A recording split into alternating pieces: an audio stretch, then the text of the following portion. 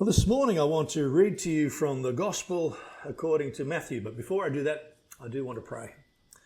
Father, we ask today that you'll open our eyes, that we might see Jesus, and that we'll have our eyes open in such a way that we can understand clearly the Scriptures and what you are saying to us from them. We ask in Jesus' name. Amen.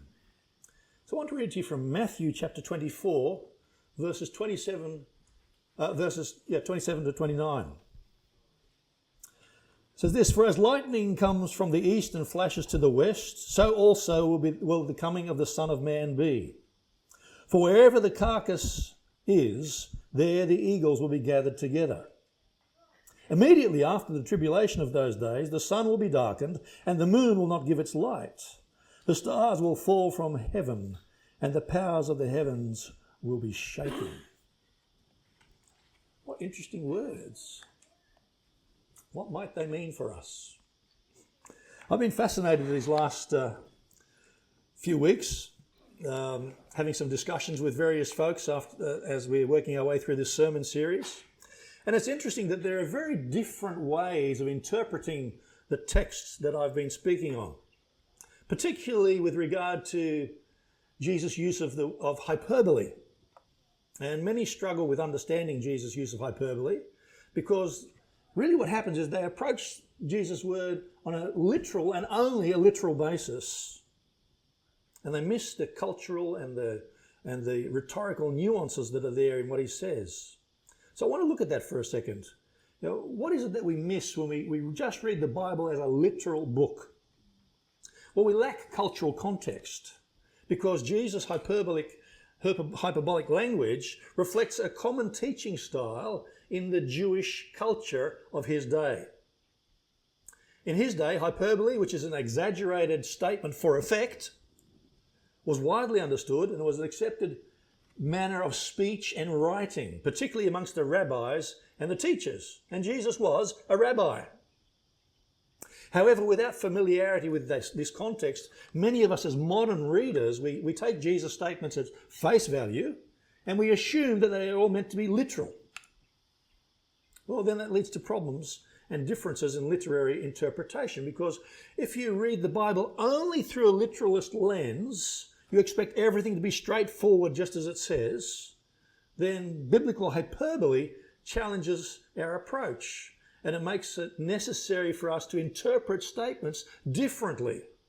For instance, when Jesus says, "Pluck out your eye," none of you are obedient.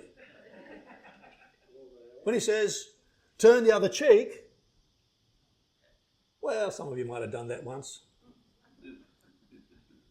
But then Jesus is using hyperbole there because it emphasizes the seriousness of sin, which is why you've got to pluck out your eye if it causes you to sin. He doesn't mean literally pluck it out. He means change your circumstances. Right? And when he says cut off your hand, 2 hands. Sorry. I still sin, by the way. I'm not proud of that, but it happens. But I don't cut off my hand.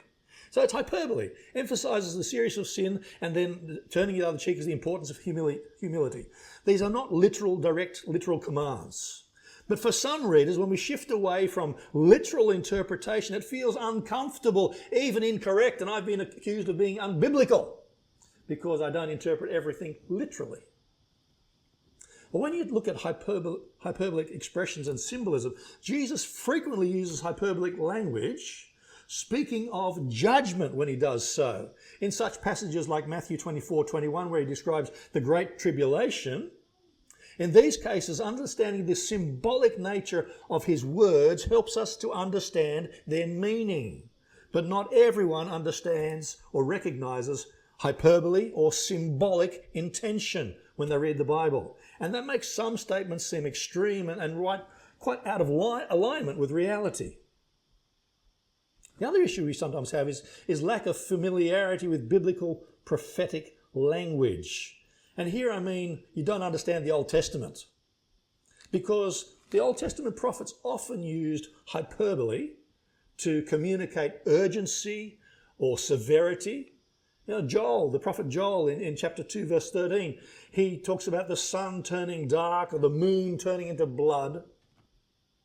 It was symbolic. It wasn't a factual statement. Jesus often draws from these prophetic traditions and uses similar language to invoke themes of judgment or transition. However, for us as modern readers, we're unfamiliar with those patterns, and so we might misinterpret his statements, seeing them as predictions for some distant future event rather than a powerful figurative description of imminent events. And we have difficulty recognizing the emphasis because hyperbole is a tool. It stresses the importance of an idea by exaggerating its effect. Jesus sometimes used it to make a point sharply and to make it memorable, like when he speaks about removing obstacles to enter into the kingdom. Like if something causes you to sin, if you're looking the wrong way, pluck your eye out. Or if your hand causes you to sin, cut it off. That's memorable, isn't it? Okay, that's what he's doing. Without an appreciation for this emphasis, we see these statements as being rather excessive or just confusing. And we have translation challenges too, because hyperbolic expressions, they don't always translate well across languages. Sometimes the original force of an exaggerated phrase in Greek or Aramaic, it loses its rhetorical edge and it sounds unfamiliar to us with our modern ears. And that can lead to misunderstandings. So to understand today's Bible reading requires an awareness of the methods that Jesus was using, the kind of rhetoric he was using, and the methods of his time. And we need to be willing now to explore figurative language and to use an interpretive approach that balances literal and symbolic together. Hyperbole in Jesus' teaching often underscores a deep spiritual truth. It urges the readers and the listeners to engage with his message on what's oftentimes a new way of thinking for us. But when we have that new way of thinking, it can be transformative. So let's have a look at what Jesus says. Matthew 24, verse 27. For as lightning comes from the east and flashes to the west, so also will the coming of the Son of Man be. So Jesus is now using lightning imagery, just as the prophets had used the same imagery before him. They used that imagery to signify God's presence. You can't actually see God, but you understand that he's there. Let me give you some examples. In Mount Sinai, book of Exodus 19, verses 16 to 18. As God prepares to give the Ten Commandments, his presence on Mount Sinai is marked by thunder, lightning, a thick cloud, and the sound of a trumpet. You almost need to close your eyes and listen to the reading and just let your imagination work. Then it came to pass on the third day, in the morning. Now imagine this mountain in front of you. There were thunderings and lightnings and a thick cloud on the mountain. Can you see it in your mind's eye? And the sound of a trumpet was very loud, so that all the people who were in the camp trembled. See, the trumpet call was often a call to arms. You're about to go into battle, or it's a call to pay attention. Something big's about to happen. This big trumpet call is happening. So the intense display that we have on this mountain shows God's holiness. It shows God's power. It's a clear sign of God's presence. And it instills reverence and awe amongst the people. They can't see God, but they know he's there. The book of Psalms also is interesting to look at. I'll just look at one psalm. Psalm 18, verses 12 to 14. The Psalms, they use vivid imagery to depict God's power and his response to people's cries for help. And often describing lightning is a part of his mighty approach. Listen to this. Out of the brightness before him, his thick clouds passed with hailstones and coals of fire. The Lord also thundered in the heavens, and the Most High uttered his voice, hailstones and coals of fire. He sent out his arrows and scattered them, and lightning in abundance, and he vanquished them. This is poetic language using lightning to portray God's strength and his intervention on behalf of his people. You can't see God, but you know he's there. And of course, the prophet Ezekiel. Ezekiel's gorgeous to read if you want these kinds of things. In Ezekiel's vision, the glory of God's throne is accompanied by flashes of lightning among the creatures that bear his chariot, and it portrays his presence as radiant and formidable. Listen to what he says. As for the likeness of the living creatures, their appearance was like burning coals of fire, like the appearance of torches going back and forth among the living creatures. The fire was bright, and out of the fire went lightning. There's that lightning again. So the imagery that Ezekiel uses here underscores the holiness and the power that surrounds God's throne. And the lightning symbolizes his divine energy and his authority. So when we come to the words of Jesus, it's easy to get hung up on trying to understand literally the image that Jesus uses. But we need to remember that when Jesus is talking about the kingdom of God, he tells us the kingdom of God is invisible. Do you remember that? Luke chapter 17, verses 20 and 24. Now, when he was asked by the Pharisees when the kingdom of God would come, he answered them and said, "The kingdom of God does not come with observation." The kingdom of God's amongst us at the moment, but you can't see it, can you? It doesn't come with observation. Then in verse 24 it says, "For as the lightning that flashes out of the one part under heaven shines to the other part under heaven, so also the Son of Man will be in his day." So the lightning, the Son of Man, and the kingdom of God, they're not coming so that you can actually see these things with your naked eye, but they are coming. Do you remember a few weeks ago we learned about that Greek word parousia? That meant the ongoing presence of Christ.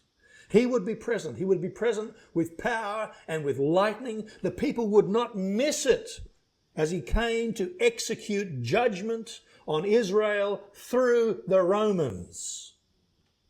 The old kingdom of God, present through Israel, would now be enveloped by the new kingdom of the Messiah and his church. You can't see it, but you know it's there. Listen to how they understood Stephen in the book of Acts as he preached about this in the book of Acts, Acts 16 verse 14. He said, "This Jesus will destroy this place and change the custom which Moses delivered to us." Something new was coming into existence, and it was the ongoing presence of Jesus the Messiah. As Jesus put it, new wine requires new wineskins. We need a completely new way of thinking about the kingdom of God. That brings us to verse 28 of today's reading. I want to talk about the feeding frenzy. "For wherever the carcass is, there the eagles will be gathered together." We've got a picture of that. Looking good, eh? The Romans often carried standards, and on top of the standard often would be an eagle. Those eagles were responsible for a lot of human carcasses. The NIV translates it, "the vultures will be gathered," which is why I got a picture of vultures here. How horrendous that great tribulation would be that Jesus was talking about. Tens of thousands of people dying and vultures feeding upon their flesh. There were so many dead people that you couldn't go around and bury them. Again, Jesus is using Old Testament imagery of divine judgment against Israel. The prophet Ahijah, he used similar imagery to describe God's coming in judgment against Jeroboam, the king of Israel, but the enemy of God. 1 Kings chapter 14, verse 11. "The dogs shall eat whoever belongs to Jeroboam and dies in the city, and the birds of the air shall eat whoever dies in the field, for the Lord has spoken." That's horrible imagery, isn't it? Sometimes you think like, boy, someone should edit this Bible for a children's version. They do. Jeremiah, he also speaks of vultures. Jeremiah chapter 34, verses 2 and 20. "Thus says the Lord, the God of Israel, go and speak to Zedekiah, king of Judah, and tell him, Thus says the Lord, behold, I will give this city into the hand of the king of Babylon, and he shall burn it with fire." Then we read on in verse 20. "I will give them into the hand of their enemies and into the hand of those who seek their life. Their dead bodies shall be meat for the birds of the heaven and the beasts of the earth." The imagery is strong, isn't it? Very strong. Jesus had used this imagery before. In Luke chapter 17, verses 30 to 37.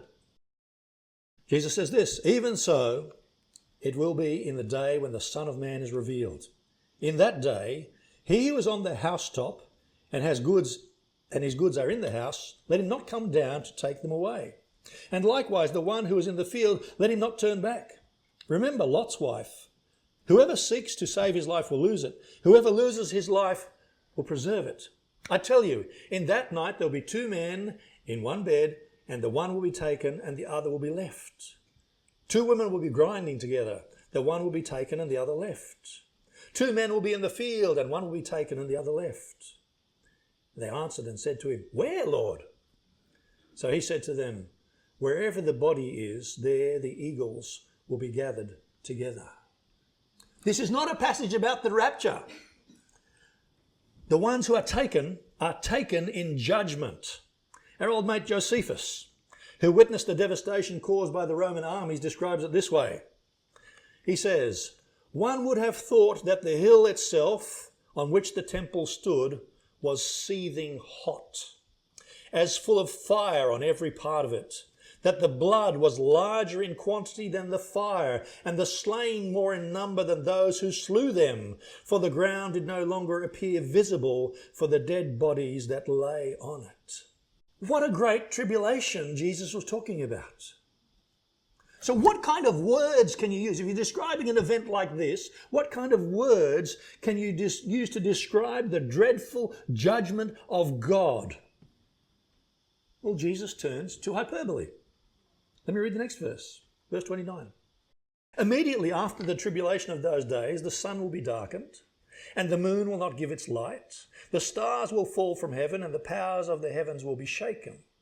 Then the sign of the Son of Man will appear in heaven, and then all the tribes of the earth will mourn, and they will see the Son of Man coming on the clouds of heaven with power and great glory.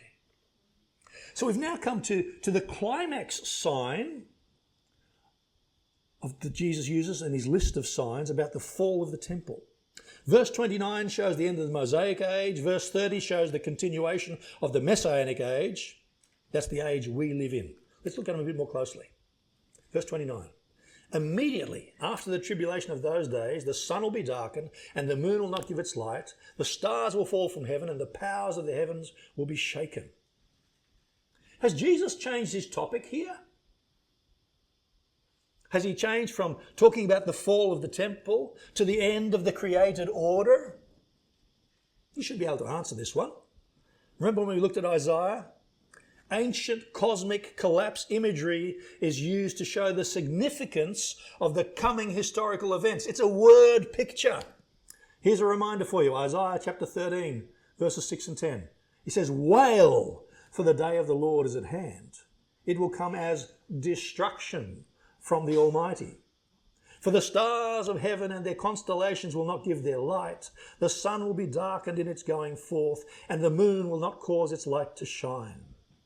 What Isaiah is talking about in chapter 13, he's talking about God's judgment on the Babylonians via the Medes. Babylon's universe is going to disintegrate, so to speak. But the physical moon, the sun and the stars, they'll continue to shine. It's a figurative description of God judging a wicked nation. They're not events to be seen with the naked eye. It's how we use our imagination to portray what it means for God to intervene in the history of nations. It's as if the universe was ending for Babylon. And Jesus is using the same kind of expression to describe the coming terrible judgment upon the Jewish nation. He's not foretelling the end of the physical universe. These are signs that elevate the intensity of Jesus' imagery to the highest level. Lightning and vultures, they describe earthbound events. Now Jesus is describing the disintegrating universe. This disintegration would occur immediately after the great tribulation that he had just described. The temple's fall would be the collapse, the fall of the universe of Israel. Israel's world would be over. Collapse imagery is a literary genre. It gives space-time events their theological significance, if you like.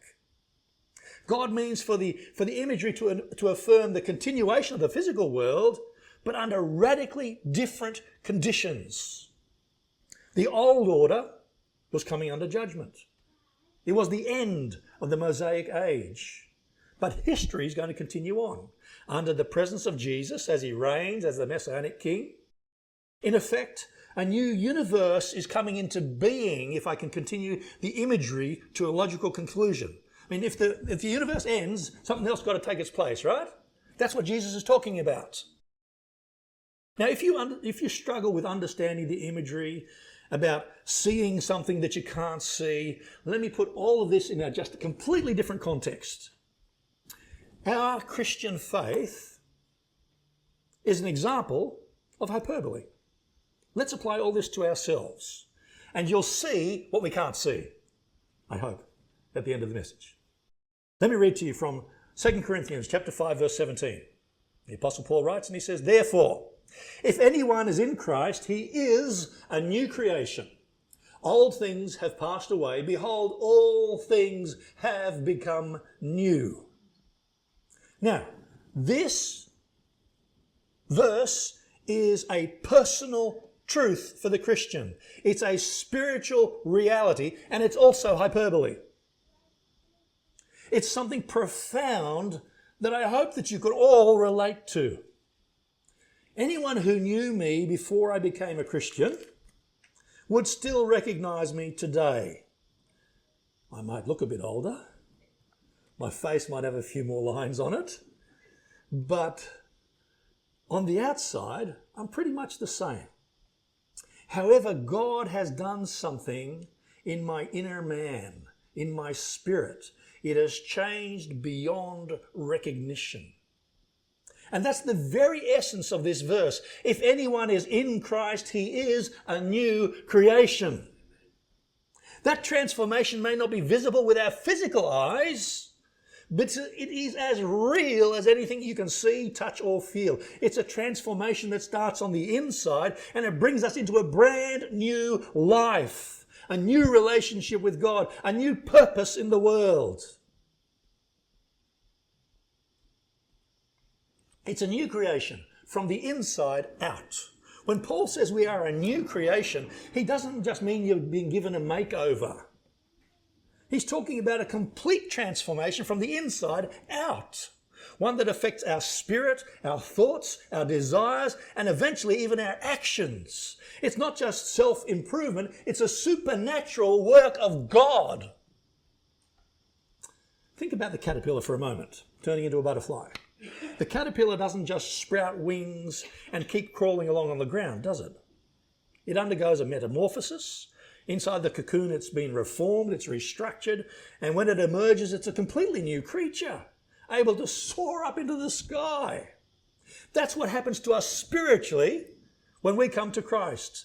The old life, defined by sin and selfish desires and separation from God, that old life passes away.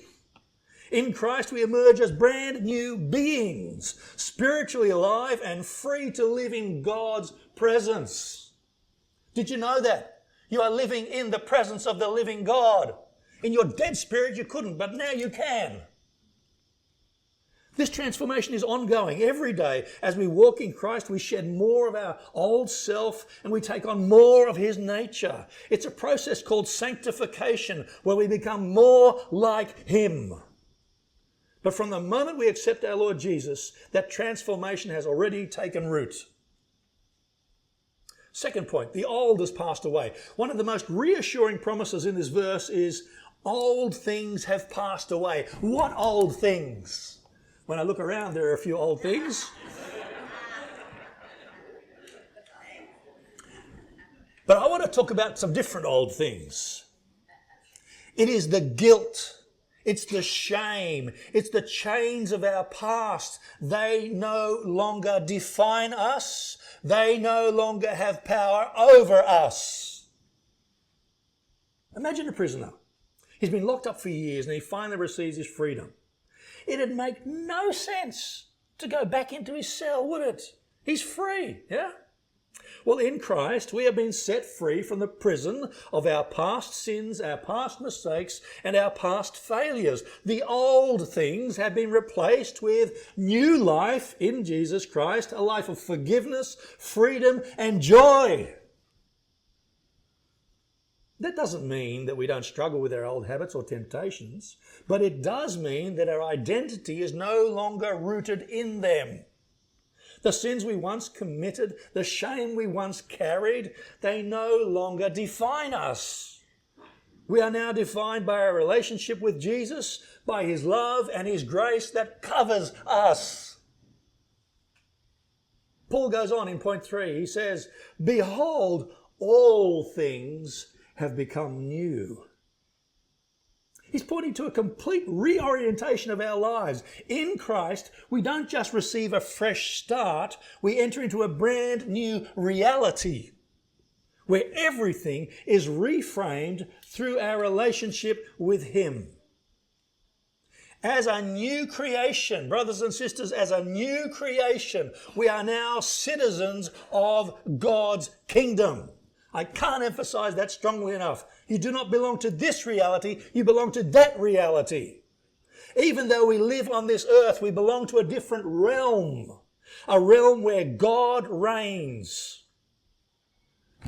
Don't sit around waiting for a millennium somewhere down the track. The word millennium in the book of Revelation means 1,000 years, yes, but it's a symbolic picture. It means a really, really long time. We live in the kingdom of God. Jesus reigns now over you and over me. We live in a realm where God reigns, where we are his children. Our priorities, our values, our purposes are aligned with his will. Instead of living for temporary gains, we live for eternal rewards.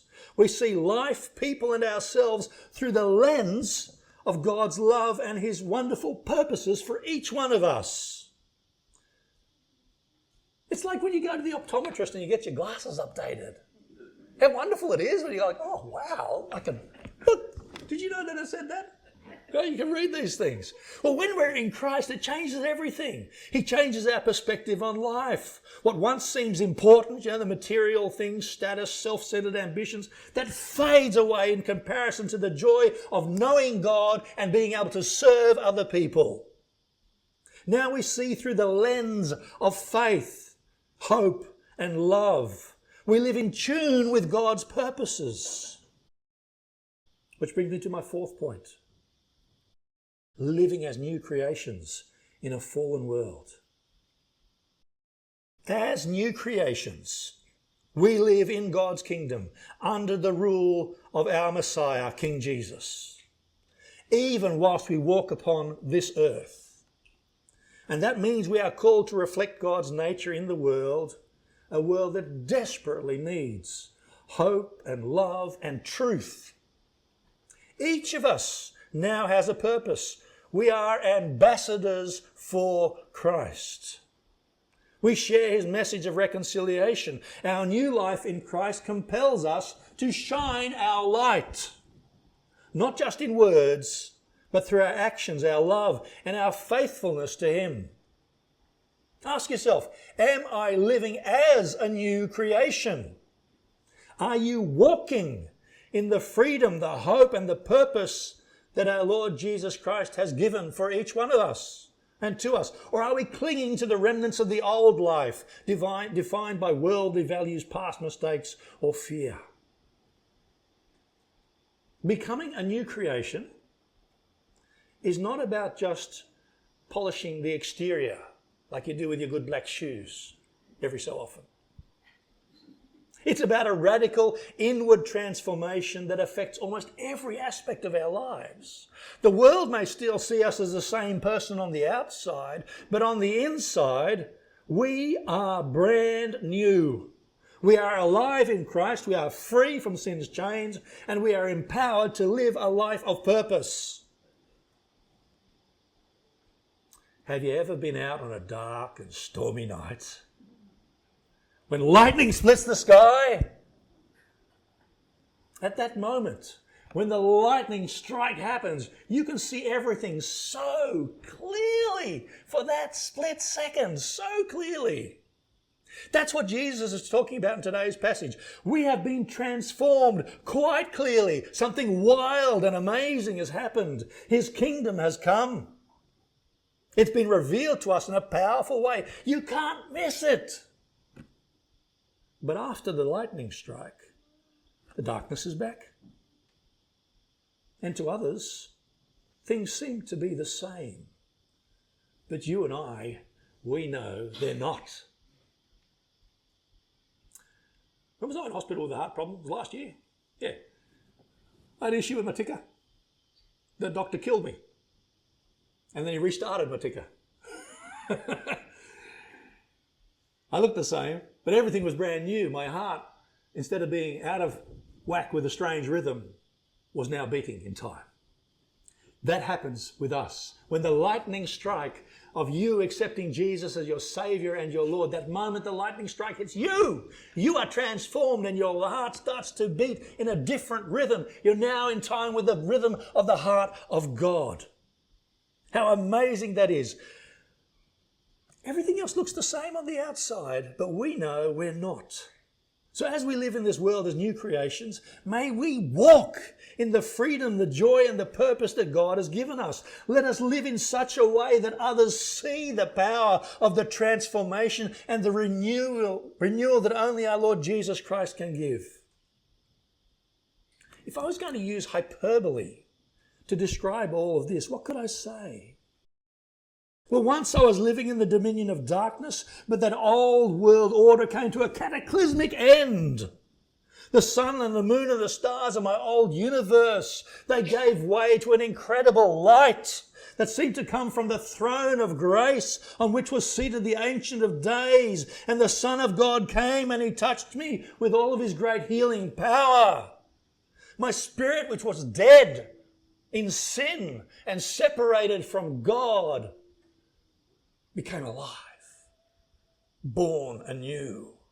My old universe ended that day, and now I live as a brand new creation.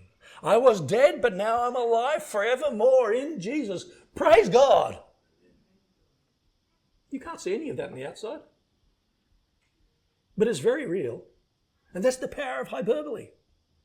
I've said enough. We'll explore the rest of the passage next week. We're going to pray. Lord, thank you for making us new creations in Christ. Thank you for freeing us from our past and giving us a new identity and a purpose and hope. Help us, Father, to walk every day in this newness of life, reflecting your love and living for your glory, we pray. In the holy name of Jesus, our Saviour and our Lord. Now may the Lord bless you and keep you. May the Lord make his face shine upon you and be gracious to you. May the Lord lift up his countenance upon you and give you peace. Amen.